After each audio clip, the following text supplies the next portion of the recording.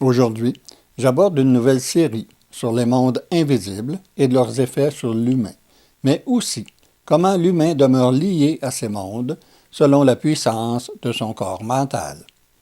Dans cette première vidéo, je vais vous expliquer c'est quoi une grappe d'énergie, mais surtout comment l'humain inconsciemment crée dans cette grappe des liens relationnels qui stimuleront ses sensations captées avant la naissance. L'humain ignore que son énergie provient d'un corps mental qui, lui, ne vit pas sur la planète Terre, mais autour, dans un environnement qui se nomme grappe d'énergie, et où il se lie avec d'autres énergies corps mental capables de l'utiliser lorsque l'humain vit une période difficile où il se sent vulnérable. L'énergie du corps mental crée des liens avec d'autres énergies corps mentales qui possèdent une puissance semblable et qui stimuleront les mémoires relationnelles dans un environnement énergétique qui se situe dans la dimension 1 et qui, normalement, demeure ajusté à la puissance de ce corps mental. Ces environnements, que je nomme grappes d'énergie, puisque chaque corps mental qui les compose est une énergie qui dépend de l'énergie de la fécondation et qui demeure reliée à un environnement matière. La cellule et sa génétique définissent la race et la famille, qui sont l'environnement matière du corps physique. Mais il y a une chose très importante à comprendre ici. Ce qui est en bas est comme ce qui est en haut, et ce qui est en haut est comme ce qui est en bas. Ce lien qui se crée dans les grappes d'énergie est un lien énergétique entre les différents corps mentaux qui proviennent d'environnements semblables et qui sont aussi liés à des corps physiques selon une génétique qui, au départ, définit la race et la famille. Par la suite, la pensée récupère les mémoires corps mentales que l'humain a de la difficulté à vivre pour créer aussi des liens dans des formes psychiques, qu'elles soient religieuses, spirituelles, scientifiques, de travail ou autres, afin d'aider l'humain inconscient à fonctionner dans ce monde matière. Tandis que les liens créés par les sensations du corps mental demeurent au niveau de la grappe des énergies et sont uniquement relationnels, comme je vais vous le démontrer dans cette série de vidéos. Les liens psychiques changent constamment, puisque les formes évoluent, et l'humain qui s'associe à des formes en transformation aura l'impression d'avoir évolué. Par exemple, une personne qui émigre dans un autre pays que le sien aura la sensation d'avoir changé sa vie. Mais il recherchera dans ce nouveau pays à se lier à des environnements qui proviennent ou qui ressemblent à son pays d'origine. Il demeurera ainsi lié avec sa famille qui est demeurée dans le pays d'origine, où il sera considéré comme quelqu'un qui a réussi.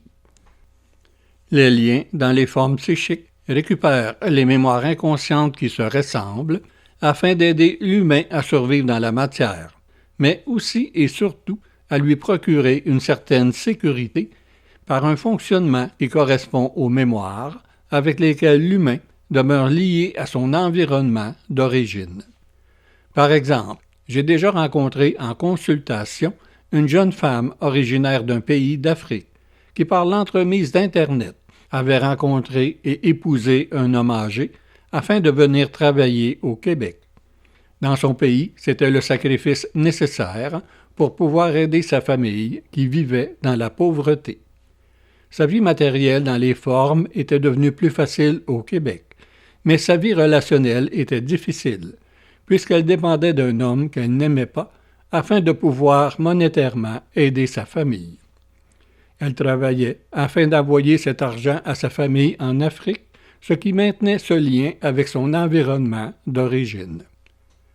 Les énergies de différents corps mentaux qui possèdent une génétique semblable selon la race forment des grappes d'énergie familiale ou sociale qui, en réalité, comme pour les formes, puisque tout est partout pareil, utiliseront les mémoires relationnelles de chaque corps mental afin de maintenir le pouvoir de la grappe et non celui de l'humain, tout simplement parce que l'humain demeure inconscient de ce qu'il est.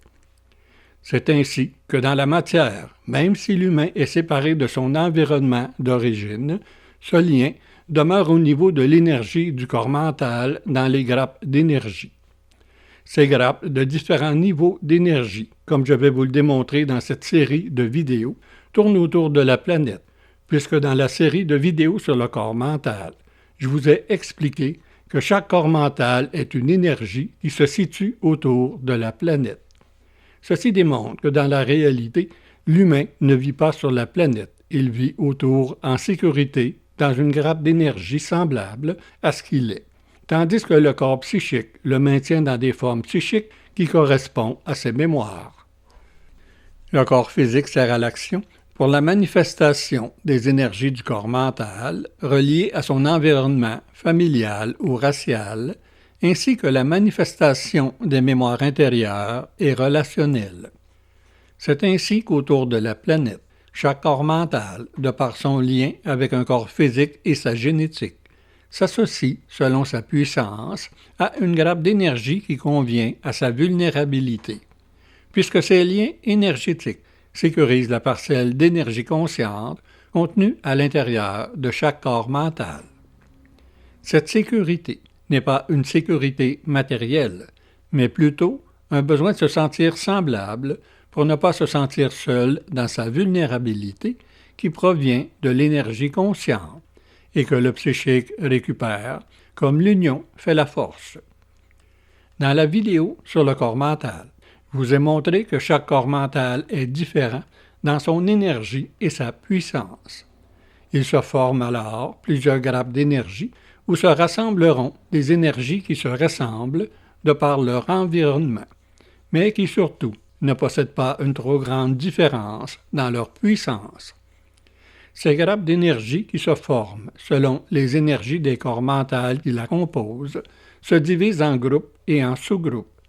Il y a les groupes familiaux, surtout formés par la génétique de chaque cellule, qui sont constitués par les énergies des parents, des grands-parents, des arrière-grands-parents, et ainsi de suite.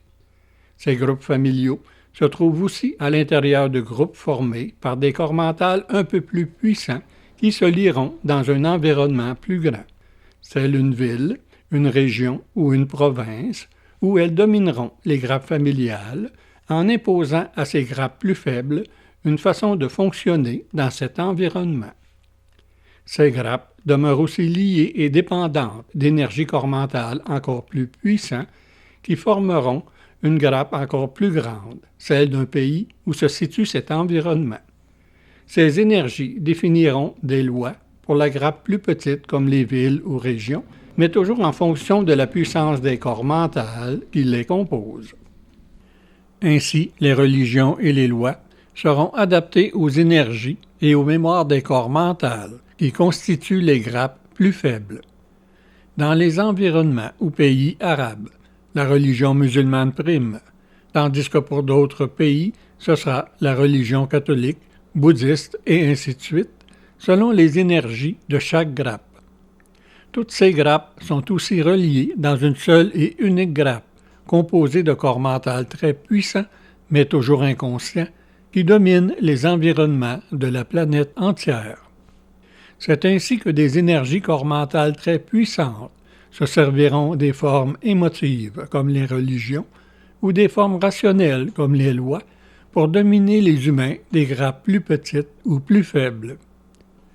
Les liens qui unissent les humains d'une grappe plus petite ou plus faible forment aussi une masse d'énergie qui protège chaque corps mental des énergies trop puissantes, mais moins nombreuses d'une grappe supérieure. Tout est partout pareil. Dans la nature, les petits poissons se réunissent en bancs, comme les troupeaux dans les savanes, afin de survivre aux prédateurs en ne faisant qu'un. Pour les humains, c'est pareil. Ils vont se réunir dans des grappes qui conviennent à leur énergie corps mental et corps physique et qui vont leur donner l'impression de les protéger des énergies beaucoup plus puissantes. L'humain pense qu'il est conscient, mais sa conscience ne dépend que d'une vision du monde extérieur qui, elle-même, dépend des mémoires du corps mental, comme nous l'avons vu dans la vidéo sur le corps psychique. Dans ce contexte, et dans l'inconscience de ce qu'il est dans ses énergies, il est tout à fait normal que l'humain subisse les énergies plus puissantes, car dans l'univers matière, c'est ainsi que ça fonctionne. L'étoile est plus puissante que la planète et peut facilement la détruire si elle s'en approche. Les trous noirs sont aussi très puissants et absorbent tout ce qui s'en approche. Dans le système planétaire où nous sommes situés, le Soleil est l'étoile. Et comme toutes les étoiles, c'est une fournaise atomique en ébullition qui par période émet des radiations causées par des tempêtes solaires.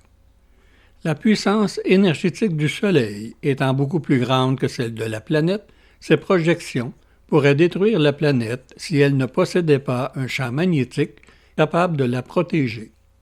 Par contre, des particules dépassent le champ magnétique et sont récupérées par le magma de la planète qui, lui, est de la même énergie que celle du Soleil. Ce processus stimule l'énergie de la planète, qui, après un certain temps, lorsqu'elle aura atteint une puissance qu'elle ne peut plus contenir, se manifestera par des tremblements de terre, des éruptions volcaniques ou encore des tsunamis. Et tout ça se fait sans tenir compte des énergies corps matière qui habitent cette planète, car ce sont les lois de l'univers. Pour l'humanité, qui demeure l'ensemble des humains sur cette planète, c'est semblable. Lorsque de puissantes énergies des grappes supérieures se mettent en mouvement, tous les humains les subissent selon la capacité de la grappe où ils se situent à les protéger. Et malgré cette protection, chaque corps mental des grappes plus petites absorbe l'énergie des corps mentales des grappes plus puissantes, qu'il en soit conscient ou non. Par exemple, lorsque ces énergies puissantes se manifestent, elles peuvent amener des énergies des grappes plus faibles à faire une révolution qui pourrait transformer la dynamique mondiale. Ces puissantes énergies se nourrissent ainsi des énergies des grappes moins puissantes. C'est comme dans l'univers, où lorsqu'une petite étoile, qui par la loi d'attraction s'approche d'une étoile puissante, elle se fera totalement absorber par cette puissance.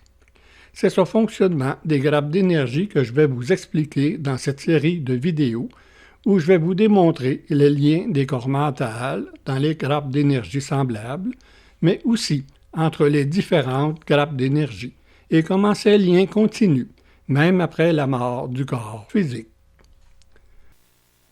Dans cette série de vidéos, je vais vous démontrer la réalité sur ce que l'humain, dans sa pensée et ses formes, appelle la loi d'attraction, c'est-à-dire demander des faveurs à l'univers.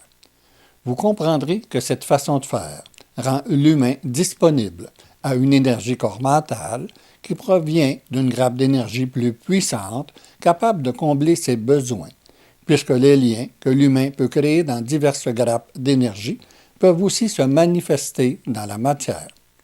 Mais vous comprendrez aussi qu'il y a un prix à payer pour ce lien avec une énergie puissante, que ce soit pour combler des besoins ou simplement par accident.